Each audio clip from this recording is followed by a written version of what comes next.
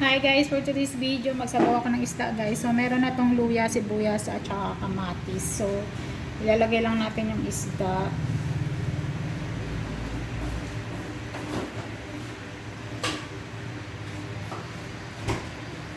Ayan, at dahil sariwa yung aking isda guys na alumahan, sasabawan ko siya.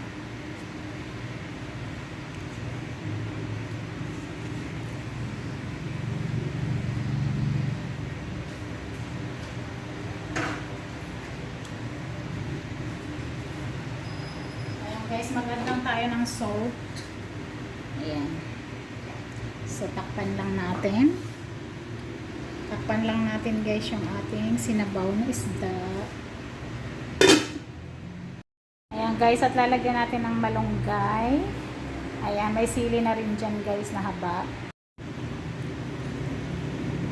Ayan guys, okay na yan. Luya, kamatis, sibuyas lang guys. So now ilagay natin guys yung ating malunggay at sili. Di ba parang nasa province lang ako. Yung isda nilagyan ng malunggay.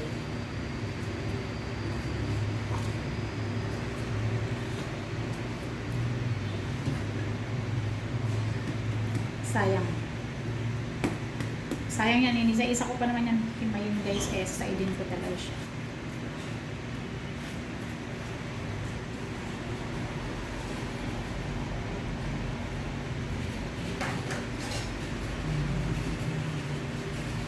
So ayan guys, ang ating sinabaw na isda, alumahan na may malunggay. Ang sarap nito guys, promise. Ayan, hindi makita yung aking isda.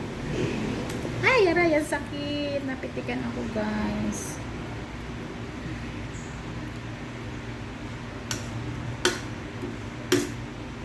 Basta sinabaw na isda yan, guys.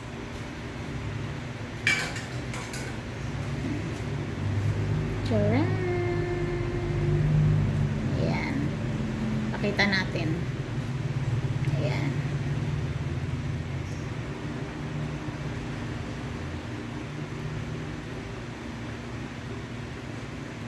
May sili-sili pa.